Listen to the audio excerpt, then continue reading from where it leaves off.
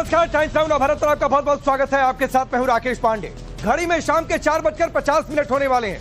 वक्त हो गया है राष्ट्रवाद का, और आज राष्ट्रवाद में चर्चा होगी कल संसद में शुरू हो रहे मानसून सत्र की। आज ट्रेलर दिख गया सांकेतिक वॉकआउट के तौर पर। सवाल यह है कि कल संसद में हंगामे की क्या पूरी पिक्चर देखने को मिलेगी। सवाल यह भी कि इस बार संसद में काम होगा या सिर्फ हंगामा। दान चोरी पर राहुल गांधी और मल्लिकार्जुन खड़गे ने चिट्ठी लिखी है पीएम को, तो क्या आस्था पर आर पार संसद में देखने को मिलेगा। सवाल यह भी है कि मोदी सरकार के बिल को तानाशाही कहना क्या ठीक है। यह रिपोर्ट देखिए, फिर डिबेट की शुरुआत करते हैं।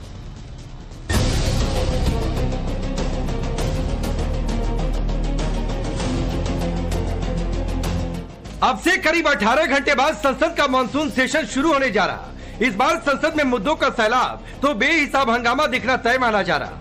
सरकारी तैयारी बड़े एजेंडों बिलों को लेकर है, तो विपक्ष की पूरी तैयारी सरकार को घेरने की है। इसका ट्रेलर आज सर्वदलीय बैठक में भी नजर आया, जब विपक्षी सांसदों ने पहले सांकेतिक वॉकआउट किया, फिर बैठक में शामिल हुए। इस बैठक की उपयोगिता, प्रासंगिकता जमींदोज कर दी गई है।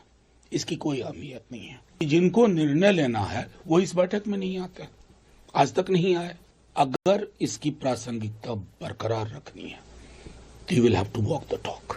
चाहे डिलिमिटेशन बिल हो, चाहे one nation one election bill हो, चाहे देश के अंदर 130वां जो संविधान संशोधन प्रस्तावित है, ये सारे के सारे बिल देश के लोकतंत्र को खत्म करके देश के अंदर संवैधानिक तानाशाही लाने के षड्यंत्र हैं। इस संसद सत्र में सरकार का फोकस वंदे मातरम बिल, महिला आरक्षण bill, delimitation bill, one nation one election bill है। कोई भी राजनीतिक दल अगर चर्चा से दूर रह करके हंगामा करता है, उससे राजनीतिक लाभ नहीं मिलता है। ये प्रूव हो चुका है। इसलिए सब पार्टिसिपेट करें, चर्चा में सब भाग लें। देश के लोग ये चाहते हैं कि पार्लियामेंट चले, और पार्लियामेंट नहीं चलेगा तो ये लोकतंत्र के लिए अच्छी बात नहीं है। बजट सत्र के दौरान 12 सालों में पहली बार संसद के पटल पर महिला आरक्षण बिल और डिलिमिटेशन बिल पर सरकार को जरूरी संख्या बल नहीं होने पर हार झेलनी पड़ी थी। लेकिन क्या इस बार आंकड़ों की बाजी सरकार के फेवर में होगी? दूसरी तरफ विपक्ष के अपने मुद्दे हैं जिस पर चर्चा की मांग की जा रही है। राम मंदिर दान चोरी, पेपर लीक, दल बदल कानून। सरकार की तरफ से जितने भी बिल्स आए हैं, मुझे लगता है कि उनसे कई ज्यादा महत्वपूर्ण देश के सामने वर्तमान के कुछ मुद्दे हैं, जिसको लेकर आज हमने विपक्षी दलों के द्वारा भी हमने व्यक्त किया है कि सदन के अंदर इस पे चर्चा हो और इस पर सरकार अपना उत्तर दे। इस सत्र में दल बदल को लेकर भी शोर होने वाला है। हाल ही में टीएमसी में हुई टूट और अब बागी सांसदों को सर्वदलीय बैठक में बुलाने के मुद्दे पर टीएमसी सरकार पर हमलावर है। Was invited by the Parliamentary Affairs Minister to attend the all-party meeting. The strength of Trinamool Congress is still showing as 28. तो स्पीकर रिकॉग्नाइज किया, पार्लियामेंट्री अफेयर्स मिनिस्टर चिट्ठी दिया, तो ये जवाब तो उनको देना चाहिए। हम लोग तो पार्लियामेंट्री अफेयर्स मिनिस्टर को चिट्ठी मिलने के बाद हम लोग आए, अच्छा से नाम लिखा था। अब से थोड़ी देर में लोकसभा की बिजनेस एडवाइजरी कमेटी की मीटिंग है, जिसमें संसद में सरकारी एजेंडे को लेकर रूपरेखा तैयार होगी। लेकिन उससे पहले विपक्ष ने अपना रंग दिखाना शुरू कर दिया है। वहीं दूसरी तरफ राहुल गांधी और मल्लिकार्जुन खड़गे ने राम मंदिर विवाद पर पीएम को चिट्ठी लिखी है। ऐसे में अब सवाल है कि मानसून सेशन सरकार के लिए कितनी बड़ी चुनौती साबित होगी, या फिर नंबर गेम में बाजी सरकार के पाले में रहेगी। Bureau report, times now Bharat. तो चलिए अपनी रिपोर्ट देखिए। मैं आपका परिचय आज के मेहमानों से करवाता हूं। आरपी सिंह भारतीय जनता पार्टी के नेता और राष्ट्रीय प्रवक्ता हमारे साथ जुड़ रहे हैं। अनंत विजय जी वरिष्ठ पत्रकार हमारे साथ जुड़ रहे हैं। डॉक्टर निशांत अहमद है, माफ करिएगा, डॉक्टर निशांत आनंद है, कांग्रेस पार्टी के नेता और प्रवक्ता। मनोज यादव जी समाजवादी पार्टी के नेता और प्रवक्ता, और सोमनाथ भारती जी आम आदमी पार्टी के नेता और प्रवक्ता। आप सभी का बहुत बहुत स्वागत है। शुरुआत मनोज यादव आपसे करता हूं, और सवाल एक लाइन का है। आपकी पार्टी के नेता सांसद ने कहा है कि संवैधानिक तानाशाही के लिए सरकार बिल ला रही है। आप मुझे समझाइए कैसे तानाशाही देश में आ जाएगी?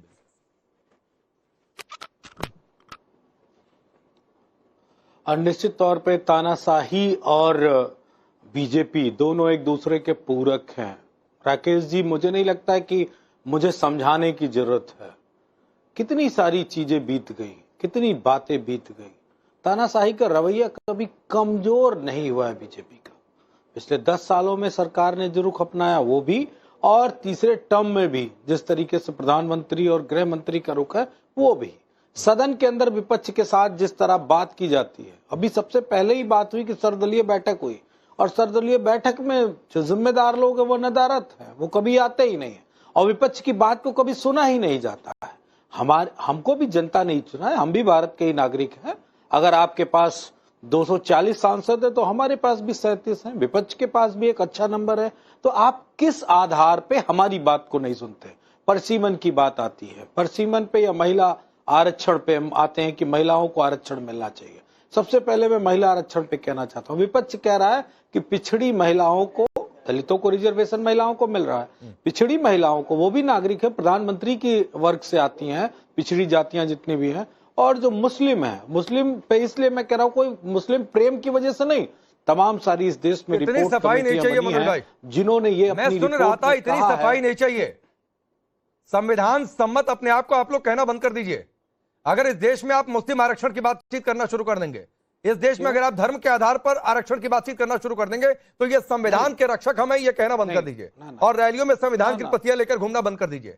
मैंने आपसे एक लाइन का सवाल ये पूछा था कि भाई सरकार के बिल से तानाशाही कैसे आ रही है? आपकी पार्टी के सांसद ने कहा मुझे समझा दीजिए कि ये वाला बिल है और इससे तानाशाही आ जाएगी, बात खत्म। पूरे दुनिया भर का ज्ञान दिया आपने, 1.5 मिनट तक सवाल का जवाब नहीं दिया।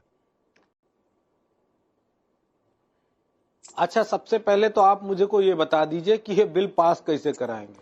कैसे कराएंगे नहीं कराएंगे वो बात की बात है, उस सरकार देखे। कौन 364 बिल को पास करवाना नहीं करवाना पत्रकार का टेंशन नहीं है मनोज यादव जी। मैं आपसे ये पूछ रहा हूं कि भाई कैसे तानाशाही आएगी, ये बताइए मेरे को। जिस तरीके से परसीमन हो रहा है, मैं महिला आरक्षण पे बोल रहा था, परसीमन पे मैंने महिला आरक्षण पे अपनी बात पूरी भी नहीं की, आपने टोक दिया। इसलिए कि आप धर्म आधारित आरक्षण पर चले गए थे मनोज यादव जी, आखिर ताना धर्म आधारित आरक्षण पर चले गए थे, संविधान विरोधी बातें कर रहे थे। हमारे देश का संविधान धर्म आधारित आरक्षण की वकालत नहीं करता है। ईडब्ल्यूएस का मतलब क्या होता है? धर्म आधारित ईडब्ल्यूएस का मतलब ईडब्ल्यूएस में एक धर्म का है, ईडब्ल्यूएस में एक धर्म का है, मतलब क्या होता है? ईडब्ल्यूएस में एक धर्म का है, एक वर्ग तो है, एक धर्म का है, एक वर्ग तो है, और धर्म में नहीं अंतर समझ में आता है मनोज यादव जी। या इतने आकंठ हो गए आप 27 केस में, जिस वर्ग की आप बात कर रहे हो वो वर्ग तो में आकंठ डूबे हुए हैं कि आपको धर्म और वर्ग में अंतर नहीं समझ में आता है। आपको इकोनॉमिक वीकर सेक्शन जो किसी भी धर्म का हो सकता है, लेकिन एक धर्म की बात करना आसानी से हो सकती है आपको बात।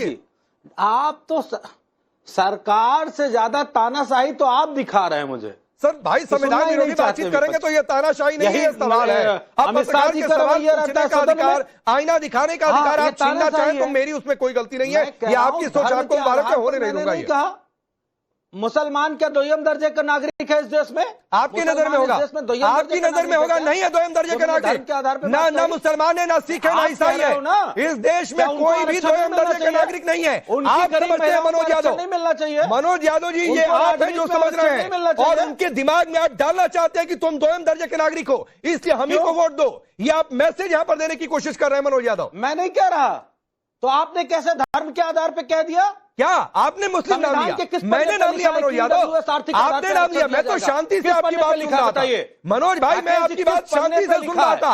आप धर्म आधारित आरक्षण की बात लेकर आए तो मुझे बीच में आना पड़ा कि आर्थिक आधार पर इस देश में आरक्षण दिया जाएगा। क्या चीज? मैं कह रहा हूं किस आधार पे लिखा है, किस पन्ने पे लिखा है कि आर्थिक आधार पे आरक्षण मिलेगा? अच्छा, बताइए मुझे। संविधान में तो बहुत कुछ लिखा हुआ है, संविधान के हिसाब से तो आरक्षण भी बहुत समय तक नहीं चल रहा है। ना संविधान के हिसाब से तो आइए ना, यूनिफॉर्म सिविल कोड भी है, आइए संविधान में यूनिफॉर्म सिविल कोड भी है। नई संविधान की मूल आत्मा है कि धर्म आधारित आरक्षण नहीं हो सकता है और उसमें छेड़छाड़ नहीं हो सकती है, बाकी जगहों पर संशोधन होता है। मनोज भाई तो हम कहां, आपका प्रेम निकल कर सामने आ रहा है।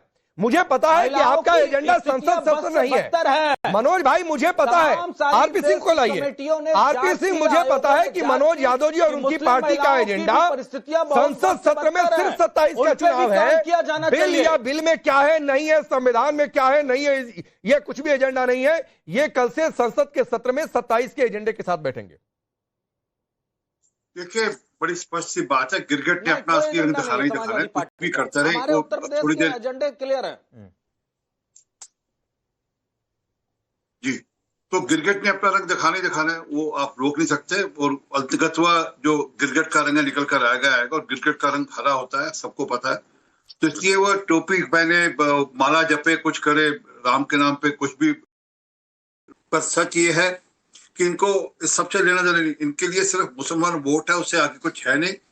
मैं आपकी जानकारी के लिए दे रहा हूँ, जो देश की प्रधानमंत्री जी की जो जन कल्याणकारी नीतियां हैं, बेशक वो आयुष्मान भारत हो, बेशक वो आपको टोकन इम्यूनोलॉजी की अच्छी बात नहीं, मैंने आपको एक बार नहीं रोका ना बीच में।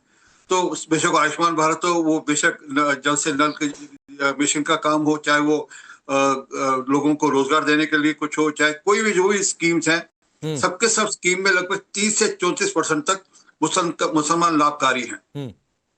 पॉपुलेशन कितनी है? 14-15%। लाभकारी कितने हैं? 34% तक लाभकारी हैं। तो इसका तो कहीं धर्म के नाम पर कोई ये तो नहीं भेदभाव होता। तो इसलिए ये विशेष उनके लिए आरक्षण की बात करना बिल्कुल ठीक नहीं है, परंतु ठीक है, इनकी राजनीति है। हम तो कहते हैं जो मूल मुद्दे हैं उन पे बात करें ना। इस बार सुप्रीम कोर्ट के जजेस बनने का बिल आने की बात है। आप आगे बढ़कर आएंगे ना, ताकि लोगों को राहत मिल सके, लोगों को जल्द से जल्द जो कोर्ट में फैसले रुके हुए उनके फैसले आ सके।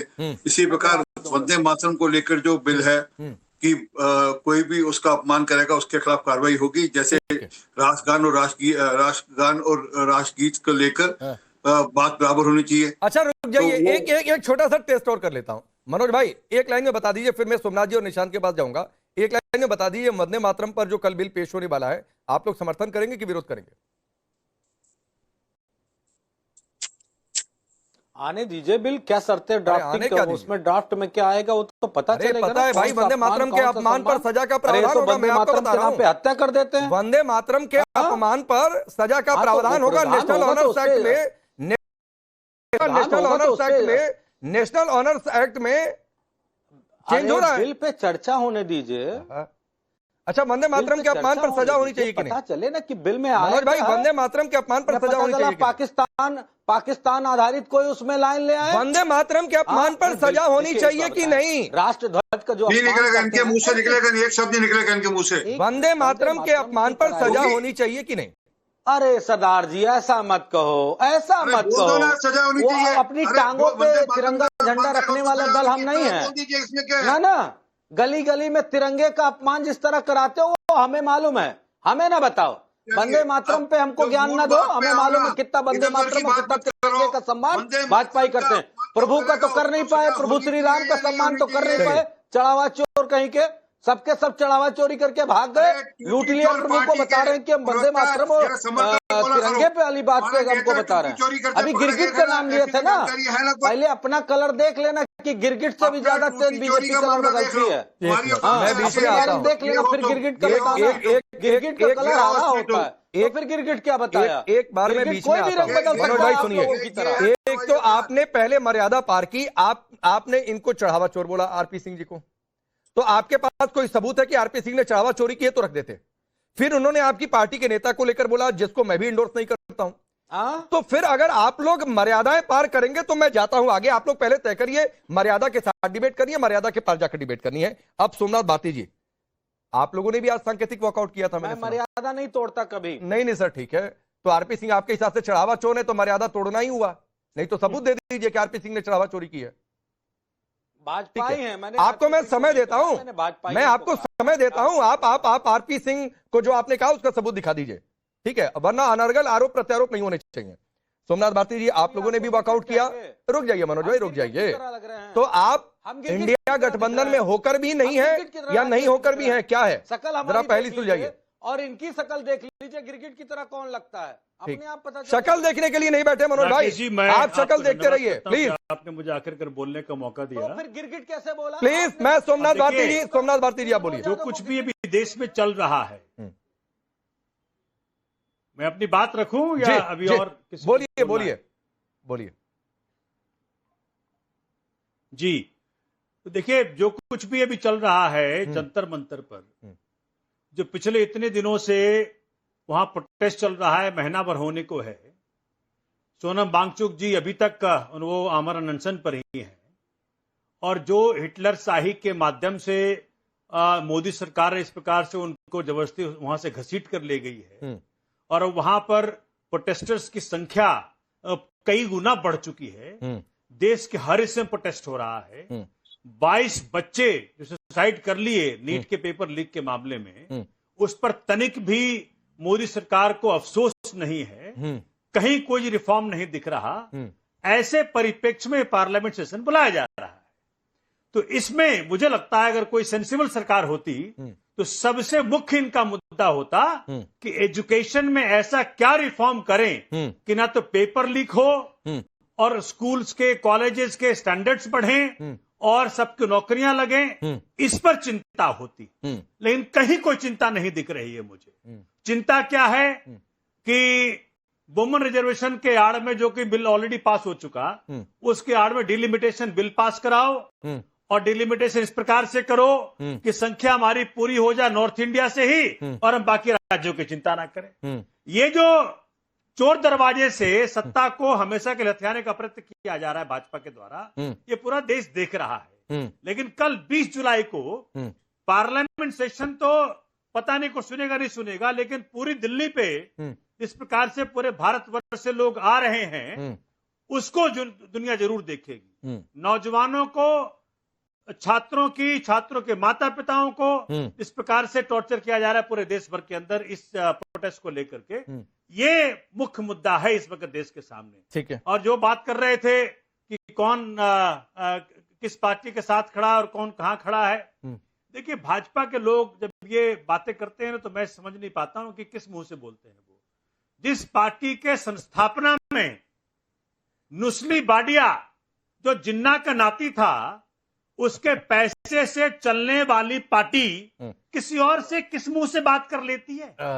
52 साल जिसके सिस्टर कंसर्न के हेडक्वार्टर पर हमारा झंडा नहीं फहराया गया, उन्हें शर्म नहीं आती है। अच्छा एक बात है सोमनाथ जी निशांत दीजिएगा, 1 मिनट में आ रहा हूं। भगवान के सोमनाथ जी अगर अभी कोई उधर से बोलता जिन्ना का नाम लेता तो आप लोग कहते इनकी पॉलिटिक्स जिन्ना के बिना तो चल नहीं सकती है।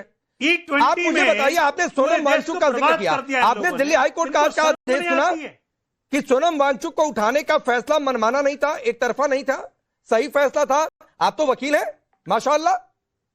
हाईकोर्ट का फैसला वो नहीं था। हाँ। मेरे पास हाईकोर्ट का फैसला है। क्या है? हाईकोर्ट के फैसले में कहीं नहीं लिखा था कि आपको उनको वहां से उठा के ले जाना है। फैसला गलत था। नहीं, अरे आज की बात कह रहा हूं, आज हाईकोर्ट में सुनवाई थी ना, आज तो ये कहा गया कि नहीं कि ये फैसला मनमाना नहीं था? मैं ये पूछ रहा हूं, आज कहा गया कि नहीं? देखिए मैं क्या बोल रहा हूं आपको माननीय राकेश जी, देखिए आप, मुझे मालूम है कि आप सीनियर जर्नलिस्ट हैं, आपके ऊपर काफी दबाव होता है, लेकिन मेरी बात समझिए।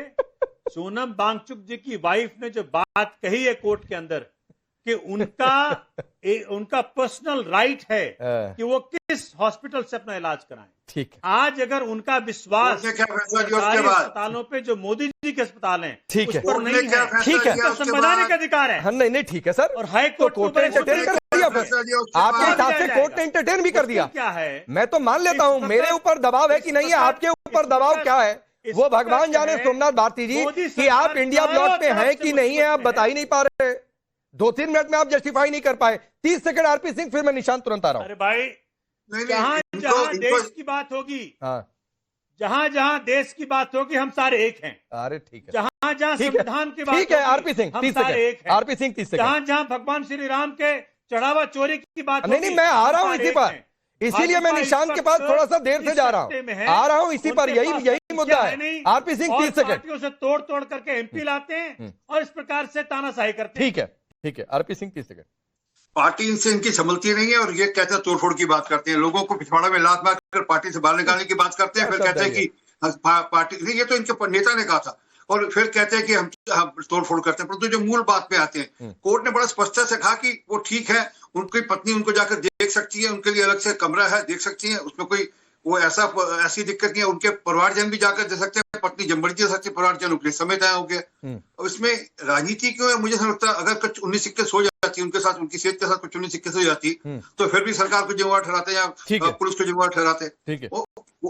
पुलिस ने कोर्ट के आदेश का पालन करते हुए उनकी सेहत के मद्देनजर उनको सब जेल में दाखिल कर दिया। ठीक है, जरा मैं निशांत को भी ला लूं। सोमनाथ जी आप ही का मुद्दा है, मैं आऊंगा, नहीं तो सोनम वांगचुक पर डिबेट ये ट्रांसफर हो जाएगी और मुद्दा संसद सत्र है। निशांत भाई चिट्ठी लिखी है राहुल गांधी और मल्लिकार्जुन खड़गे ने, अभी सोमनाथ भारती जी भी जिक्र कर रहे थे, तो क्या कल राम के ही नाम पर हंगामा होना?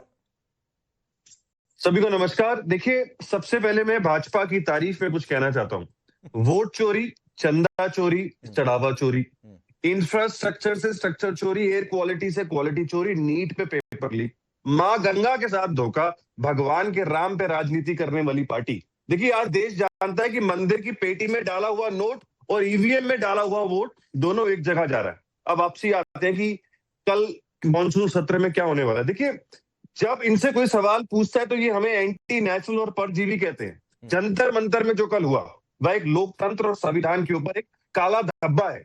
इससे पहले 111 दिन तक मां गंगा को बचाने के लिए प्रोफेसर अग्रवाल जो हरियाणा में थे उनके साथ क्या हुआ, 750 दिन अन्नदाता किसानों के साथ क्या हुआ, दलितों के साथ क्या हुआ, 27 बच्चों की मौत हुई। इस सरकार ने कोई जवाब नहीं दिया।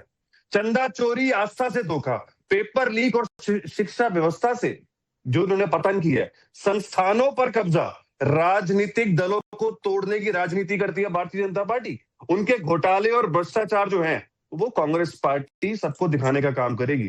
देखिए, जो आज कमर तोड़ महंगाई है, 3.5 करोड़ लोगों के जो व्हीकल ड्राइवर्स हैं उनको इथेनॉल का बोझ डाल दिया है। SC, ST, OBC और अल्पसंख्यकों को जो अधिकार मिलना चाहिए उन पर लगातार हमला कर रहे हैं। तो कांग्रेस पार्टी मॉनसून सत्र में इन सभी बातों को उठाने का काम करेगी, चाहे डिलिमिटेशन हो, चाहे वन नेशन इलेक्शन हो, इन सभी को विरोध करेगी। देखिए, विकसित भारत शिक्षा इनका अधिनियम विधायक का पूरी तरह से हम विरोध करेंगे। FCRA में कोई भी ये चेंजेस करेंगे कांग्रेस पार्टी विरोध करेगी। सवाल मुद्दा ये उठता है कि जैसे RP सिंह ने कहा, राम का नाम लेते हैं, गिरगिट लेते हैं। अरे, राम के नाम पे तुमने चंदा चढ़ावा चोरी किया, उसके नाम पे तुमने सरकार बनाई। मोदी जी ने 2020 में संसद के अंदर कहा कि इसकी कमेटी हम बनाएंगे। 15 में से 12 लोगों को भारतीय जनता पार्टी ने वहां पर अपॉइंट करा और SIT में आप देखिए कितना पैसे की चोरी हुई है, कोई जवाब नहीं। जहां तक इन्होंने ED को जिस तरीके से इस्तेमाल करते हैं, जैसे दूसरे मंत्रियों को अपनी पार्टी में लेते हैं, जैसे हेमंत बिस्व शर्मा हो, शुभेंदु अधिकारी हो, नारायण राणे हो, ये हम सब देख चुके हैं कि किस तरीके से ये बिल को पास कराना चाहती है। लेकिन याद रखिएगा, कांग्रेस पार्टी और सारा विपक्ष एक साथ है। आज दोनों नेता विपक्ष ने अयोध्या श्री राम जन्मभूमि तीर्थ क्षेत्र ट्रस्ट के ऊपर चंदा चोरी और आस्था के धोखा के लिए प्रधानमंत्री को पत्र लिखा है और उसमें यह भी बोला कि 5 फरवरी 2020 को लोकसभा में प्रधानमंत्री ने खुद इसके क्रेडिट लिया था। ठीक है, अच्छा ठीक है, मैं आता हूं निशांत आपके पास। अनंत जी, आया राम गया राम की कहानी सियासत में कहां से आ गई, शायद डॉक्टर निशांत भूल गए जो उन्होंने पूरी कहानी बताई, जो दल बदल की बातचीत कर रहे थे। भारत के इतिहास में ये भी आप मेरे से लेना, वो जवाब नहीं दे पाएंगे। नहीं सवाल आप मेरे नाम से कर रहे हैं तो मेरे से पूछे। नहीं, मैं आऊंगा, आपके पास भी आऊंगा। दल बदल इस देश में पहली बार नहीं हो रहा है और ये बिल्कुल नहीं होना चाहिए। मैं आपकी इस बात से सहमत हूं, लेकिन सियासत में निशांत भाई ये नहीं हो सकता है कि हमारी सरकारों के समय हुआ तो बहुत अच्छा है, इनकी सरकार के समय हो रहा है तो बहुत बुरा हो रहा है। ये नहीं हो सकता है। फिर देखिए, 2014 से लेकर आज तक आप रिपोर्ट चेक करिए, इंडियन एक्सप्रेस की रिपोर्ट हो या ADF की रिपोर्ट हो, जिस तरीके से इन्होंने 95 ऑपोजिशन लीडर्स पे केसेस लगाए हैं और उनका दल बदल कराया है, वो हम कहने की बात कर रहे हैं। अच्छा। आज से पहले किसी सरकार ने इस तरीके से लोगों के साथ नहीं किया। आज ना ये काम कर रहे हैं, ठीक है, ना किसी पार्टी को रहने दे रहे हैं, ना कोई ऐसा काम। देखिए, किसी भी कितने सारे मैंने मुद्दे बताए आपको, जमीन चोरी से लेकर चढ़ावा चोरी, पैसा चोरी, हर चीज, किसी भी मुद्दे पे उन्होंने जवाब नहीं दिया। ठीक है, आऊंगा अर्पित सिंह। अनंत जी, क्या ये माने कि इस बार संसद में एक बदलाव सबसे बड़ा ये होगा? 10 सेकंड की टिप्पणी, 10 सेकंड की। अभी हाल में अशोक गहलोत ने सरकार बनाई थी अपनी, वहां पे BSP के 6 के 6 विधायक मिनोरिटी स्कॉट को मेजोरिटी बनाने के लिए 6 के 6 विधायक अपने साथ जोड़ दिए थे और TMC ने मेघालय के अंदर इनकी पार्टी के 17 में से 12 विधायक अपनी पार्टी में ज्वाइन करा ली थे। इनका एकमात्र विधायक था बंगाल के अंदर सागर डिग्गी से, उसको अपनी पार्टी ज्वाइन करा ली थी। तब तो सब ठीक था, सब चंगा था। नहीं, ठीक है, निशांत आप रिप्लाई करिएगा। अनंत जी, क्या सबसे बड़ा बदलाव ये होगा कि इस बार राम नाम गूंजने वाला है संसद में? मैं तो ये देखने के लिए इस बार वेट कर रहा हूं। हर सनातनी ये देखने का वेट कर रहा है कि इस बार राम नाम पर कितने लोग बोलते हैं, और जितने भी सनातनी हैं सब वो इस बात से खुश होंगे कि देश के विमर्श के केंद्र में राम आ जाएंगे। मतलब समझ लीजिए कि वो लोग भी राम की चिंता कर रहे हैं जो कहा करते थे कि मिल गए मुलायम और काशी राम, हवा में उड़ गए जय श्री राम। जो हवा में श्री राम को उड़ाते थे, जो कहते चाहते थे मंदिर बनाने के लिए सबसे आसान तरीका है किसी पेड़ के नीचे पत्थर रख दो, लाल टीका लगा दो, मंदिर बन गया। जिन लोगों को गोमूत्र से और गोबर से दुर्गंध आती थी, जो गाय को राष्ट्रीय पशु बनाना चाहते हैं, ये लोग भी प्रभु श्री राम की बात कर रहे हैं। कितना आनंददायक क्षण है ये सनातनी के लिए। राम की बात वो लोग भी कर रहे हैं जिनकी दादी नानी कहानी सुनाया करती थी कि उस मंदिर वहां नहीं बनाना चाहिए। राम की बात वो लोग भी कर रहे हैं जिन्होंने हलफनामा देके राम को काल्पनिक पात्र बनाया था। तो ये तो सनातन के विजय के तौर पर मैं देखता हूं कि प्रभु श्री राम ने सबको सद्बुद्धि दे दी है कि सब ईश्वरीय शक्ति से प्रेरित होकर सनातनी होने का दावा कर रहे हैं। कोई नियो सनातनी हो रहा है, कोई सुंदरकांड का पाठ कर रहा है, कोई हनुमान चालीसा पढ़वा रहा है। यही तो चाहते थे। और आरपी सिंह जी की पार्टी तो आज बहुत खुश होगी, या राष्ट्रीय स्वयंसेवक संघ के लोग तो बहुत खुश होंगे कि आज हिंदुत्व की पताका हर दल में फहरा रही है। मुझे याद पड़ता है कि सर संचालक मोहन भागवत जी से एक प्रश्न पूछा गया था दिल्ली के विज्ञान भवन में कि आप बीजेपी को अपना संगठन महासचिव भेजते हैं। उन्होंने कहा मैं तो सभी दलों को देने के लिए तैयार हूं, वो मांगे तो मुझे लगता है कि क्या अब सभी दल सनातनी होने के जिस राह पे चल पड़े हैं, वो आरएसएस के संगठन महासचिव आपको हर दल में दिखाई दे सकते हैं। ठीक है, आपने एक लाइन में अनंत जी तीनों लोगों को लपेटा है। मैं तीनों लोगों से रिप्लाई लूंगा। शुरुआत में सोमनाथ जी आपसे कर लेता हूं।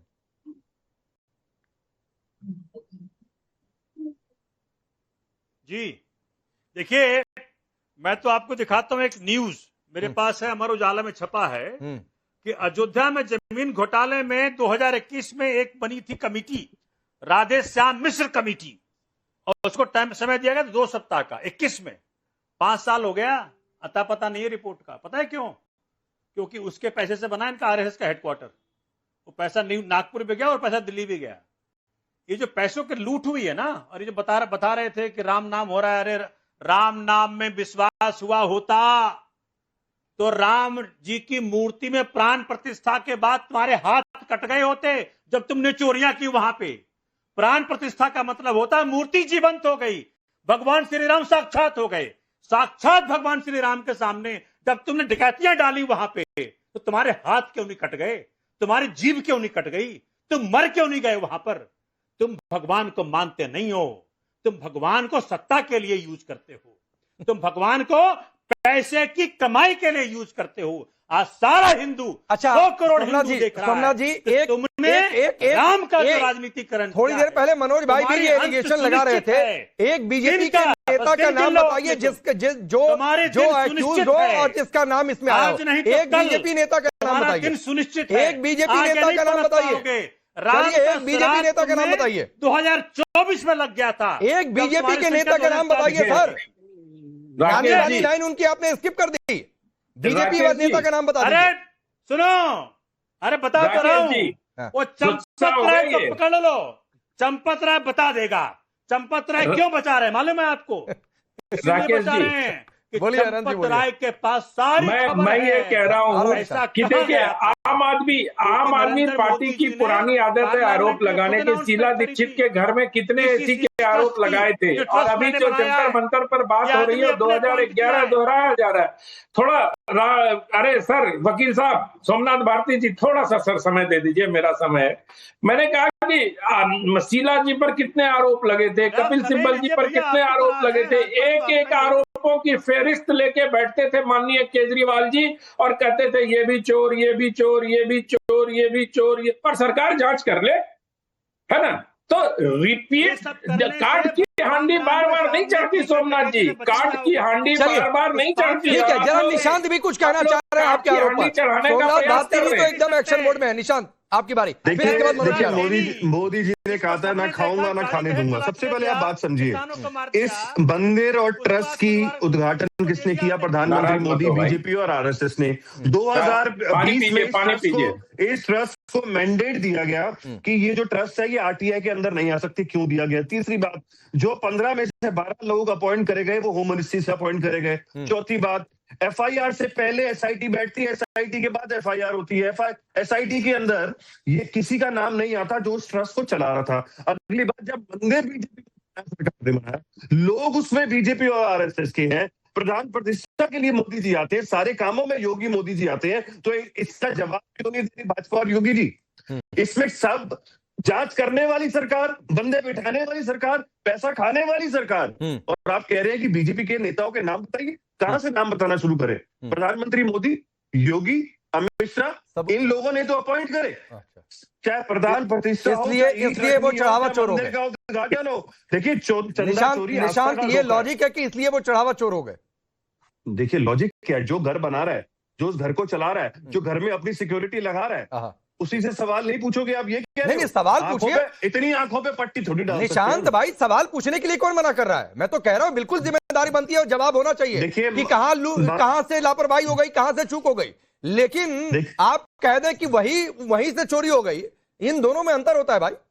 देखिए पूरे स्ट्रक्चर में आरपी सिंह को जरा रखिए स्क्रीन पे। पूरे स्ट्रक्चर में बीजेपी, वीएचपी और आरएसएस है, कोई और बंदा ही नहीं है। मंदिर के उद्घाटन से लेकर, सुप्रीम कोर्ट के आदेश से लेकर, बंदे अपॉइंट करने से लेकर, ईंटें लगाने से लेकर, मलबा उठाने से लेकर, सिक्योरिटी से लेकर, वीआईपी दर्शन कराने से लेकर, चंदा लेने से लेकर, सोने की ईंटें से लेकर हर चीज बीजेपी, आरएसएस और वीएचपी ने करी है। और आज उनकी चंदा चोरी, आस्था का धोखा है, पूरे देश की अंतरात्मा को झकझोर देने वाला काम किया है बीजेपी, आरएसएस ने। और चंदा चोरी, चढ़ावा चोरी करके राम की मंदिर की इन्होंने अपनी राम के नाम से सरकार बनाई। ठीक है, आरपी सिंह एक रिप्लाई करिए, फिर मनोज जी आ रहा हूं। पहली बात तो ये कि राहुल गांधी आज तक राम मंदिर गए नहीं, ना सोनिया गांधी को। मेरा चैलेंज है इनको इसी डिबेट के अंदर मौका नहीं। मैंने अच्छी बात नहीं, ये मैंने रखे कि मैंने एक बार ही धोखा, सब अपना सब बोला, एक बार धोखा। निशांत सुनने की हिम्मत रखो, निशांत थोड़ा सुनने की हिम्मत रखो ना। आपने सब कुछ बोला, मैंने कुछ बोला, एक शब्द भी आपके खिलाफ। आपकी पूरी बात सुनेंगे, मैं आपको पूरी सुन लीजिए ना, फिर पूरी बात होने के बाद बोलिएगा ना, पूरी बात होने के बाद बोलिएगा। बीच में क्यों टोकते हो आप? अच्छी बात नहीं है, यही दिक्कत है पार्लियामेंट में। यहाँ थोड़ी डिबेट है राकेश की। मेरा चैलेंज है, इस जन्म के अंदर सोनिया गांधी अगर राम मंदिर चले गई तो मैं राजनीतिक पद से इस्तीफा दे दूंगा अपने जी, और राजनीति करनी छोड़ दूंगा। अगर सोनिया गांधी जी को इस बार इस जन्म में वो राम मंदिर ले गए तो। पहली बात। दूसरी बात, इनकी एक फाउंडेशन, इनके तर्क के साथ। अरे यार एक मिनट निशांत सुन लीजिए। दूसरी बात, इन्हीं के तर्क के हिसाब से, अगर इनका तर्क मैं मानूं कि चंदा चोरी के अंदर भाजपा के लोग हैं, जहां हमने ट्रस्ट बनाई थी, जहां सरकार ने ट्रस्ट बनाई थी, ट्रस्ट बनी थी सुप्रीम कोर्ट के आदेश के अनुसार से, और ट्रस्ट इंडिपेंडेंट ट्रस्ट है, वो आरटीआई के अंदर नहीं आ सकती। इंडिपेंडेंट ट्रस्ट आरटीआई के अंदर नहीं आती, पहली बात। दूसरी बात ये, इन्हीं के पैरामीटर के हिसाब से अगर मैं उसी का पैरेलल गिनूं तो राजीव गांधी फाउंडेशन के अंदर जाकिर नायक के पैसे आए थे, जाकिर नायक देशद्रोही है, इसका तो मैं मानूं कि आप देशद्रोहियों के साथ मिले हुए हैं, क्योंकि जाकिर नायक ने आपके ट्रस्ट में वैसे राजीव गांधी फाउंडेशन पैसे दिए थे। आपने चाइनीज एम्बेसी से पैसे लिए थे, हम क्या माने कि आप चाइना के भ्याप पे यहाँ पे काम करते हैं, ऐसा मान लें क्या? चाइनीज एम्बेसी से पैसे आए हैं राजीव गांधी फाउंडेशन के अंदर, और किस काम के लिए आज तक पता नहीं किस काम के लिए आए।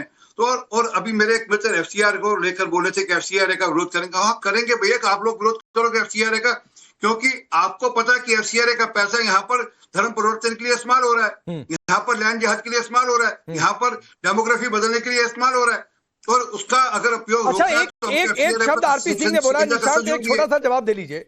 राजीव गांधी फाउंडेशन क्या आरटीआई में आता है?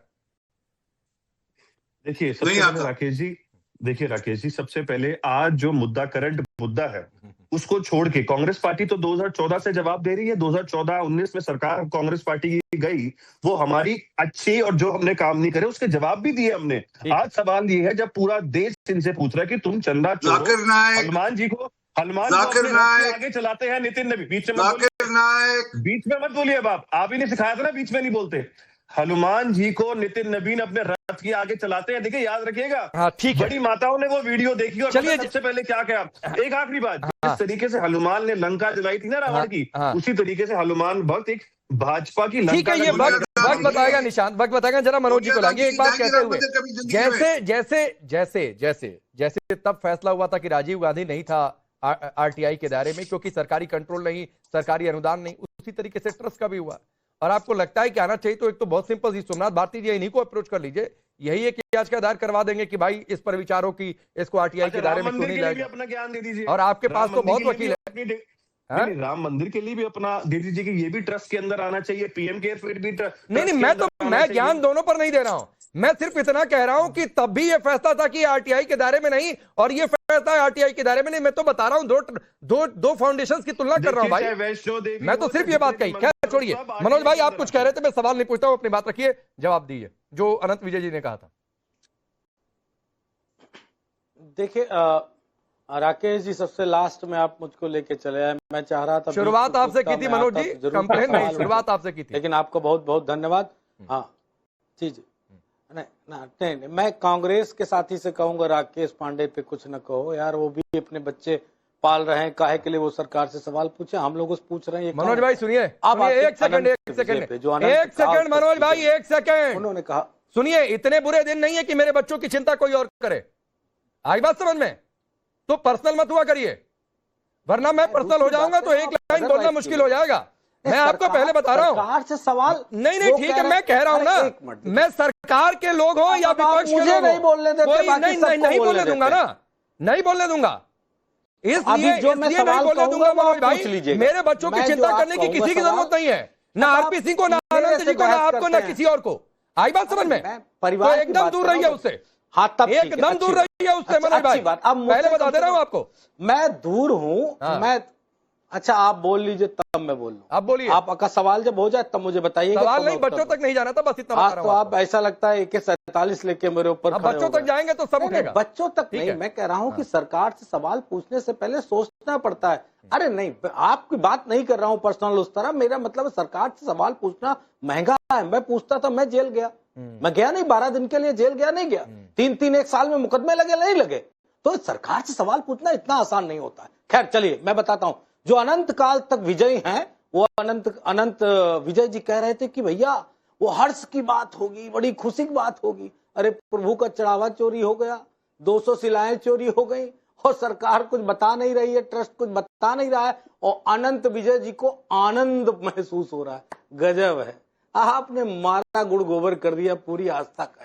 इस तरह मत करिए भैया। ठीक है, नहीं सर, बहुत बढ़िया, आपको चिंता ये बड़ी बात है सर। ठीक है, नहीं वो बहुत अच्छा लग रहा है और बहुत अच्छा लग रहा है। और सुनिए, ये सुनिए मनोज जी, एक बात कहते हुए मैं आपको बता रहा हूं सर, एक पत्रकार की हिम्मत देखने की कभी गलती मत करिएगा, और इसलिए गलती मत करिएगा कि हम इकलौते ऐसे चैनल हैं जो राम मंदिर दान चोरी पर 2 स्टिंग ऑपरेशन हमने दिखाए हैं, 2 स्टिंग ऑपरेशन दिखाए मनोज जी। सबसे हमारी हिम्मत की चिंता मत किया करिए, मैं आपको पहले बता रहा हूं, उसके लिए मैं आपको पहले बता रहा हूं। और प्रेस कॉन्फ्रेंस का जिक्र आप लोगों ने किया है, निशांत बैठे, इनकी पार्टी ने प्रेस कॉन्फ्रेंस में किया है, तो पत्रकार की हिम्मत को चैलेंज मत किया करिए, मैं आपको पहले बता रहा हूं। और किसी पत्रकार से पर्सनल मत हुआ करिए, दोनों